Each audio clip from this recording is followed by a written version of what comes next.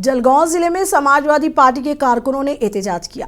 उस्मानिया park, Shivaji Nagar, FCI गोदाम से Mughal garden तक तकरीबन 500 मीटर के रास्ते की मंजूरी दी गई थी। इस सड़क के लिए हुकूमत की जानिब से 67 लाख रुपए की ग्रांट भी मंजूर की गई थी। रास्ते पर मिट्टी व पत्थर डालने का काम भी शुरू हो चुका था, लेकिन 3 दिन पहले एक मुकामी अखबार में खबर शाये हुई कि ये मंजूर शुदा फंड कलेक्टर ऑफिस और म्यूनसिपल कॉरपोरेशन की लापरवाही और बद इंतजामी की वजह से वापस ले लिया गया है।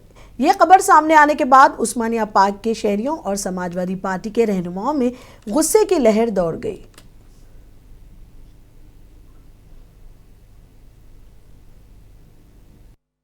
हम कलेक्टर सर से हमारी डिमांड रखने के लिए आए हैं कि हमारा जो रेगुलर का आने जाने का जो रास्ता है वो बिल्कुल भी चलने लायक नहीं रह गया है। ज़रूरी कामों के अलावा हम बाहर नहीं निकल सकते। कीचड़ ने पूरा रास्ता ब्लॉक कर दिया है और इस रोड के लिए पैसे मंजूर होने के बाद में उसको कैंसिल कर देना, ये क्यों हुआ, ये सवाल हम आज पूछने के लिए सर से आए।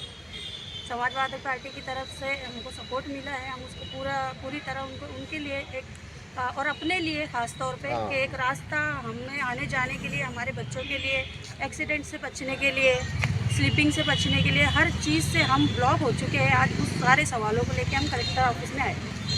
हम पहले तो निवेदन नहीं, साहब से डिमांड करने आए हैं। क्या उस्मानिया पार्क जो एरिया सबसे बड़ा मुस्लिम बहुल एरिया है, जहाँ पर एक भी रोड, नाली, पानी की व्यवस्था नहीं है और हालत इतनी खस्ता है वहाँ, तो हमने इसके लिए पहले आयुक्त साहब को मिलने गए, उनसे बात करने, तो उन्होंने कहा कि